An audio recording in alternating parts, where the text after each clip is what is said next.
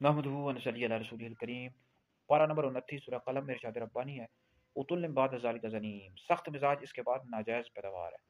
तो सवाल ये पैदा होता है कि ये आयत मुबारका किसके हवाले से नाज़िल हुई? देखिए कुरान मजीद पारा नंबर 29 सूरह कलम में 10 आयात वलीद बिन मुगीरा बदबख्त मलऊन के मुतालिक नाज़िल हुई। नबी करीम अलैहि सलाम को माज़अल्लाह मजनू कहा करता था। तफसीर मदारिक में आके इसने अपनी माँ से जाकर पूछा कि मैं किसका बेटा हूँ, तो उसकी माँ ने कहा तू एक चरवाहे का बेटा है, कि तुम्हारा बाप न मर्द था तो मैंने चरवाहे से जिना करवाया था, तो तू उस चरवाहे का बेटा है। तो इस पर बाज़ लोग एतराज़ करते हैं कि देखे जी कुरान मजीद में काफिर को गाली दी गई। जनीम का माना होता है जिना की पैदावार। तो इसका जवाब यह है कि कुरान मजीद में अल्लाह रब्बुल इज़्ज़त ने उस बदबख्त मलऊन की हकीकत को बयान किया कि वाक़अतन वो जिना की पैदावार था। ठीक है जी।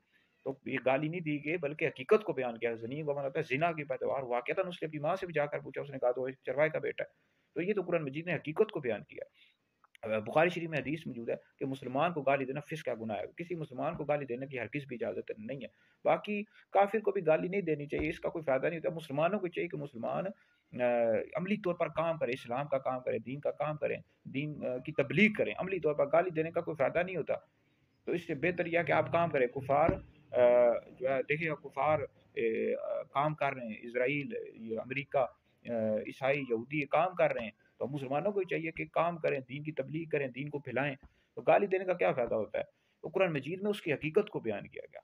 और बाज़ लोग कहते हैं कि जैसे हज़रत सैयदना अबू बकर सिद्दीक़ रज़ी अल्लाह तआला अन्हु ने कहा था उम्सुस बज़र अल्लाह, तो इसका क्या जवाब है? तो उन्होंने भी गाली दी थी। तो भाई इसका जवाब मुफ्ती दानिश हैदरी मेरा यूट्यूब चैनल है, वहाँ पर मैंने तफसील के साथ इसका जवाब दिया हुआ। उम्सुस बज़र अल्लाह आप लिखें तो साथ मुफ्ती दानिश हैदरी लिखते हैं, तो आप ये सर्च करेंगे यूट्यूब चैनल पर तो तफसील के साथ वीडियो आपको मिल जाएगी कि इसका क्या उम्सुस बज़र अल्लाह का क्या मतलब होता है। इसका मतलब गाली है या कुछ और मतलब है।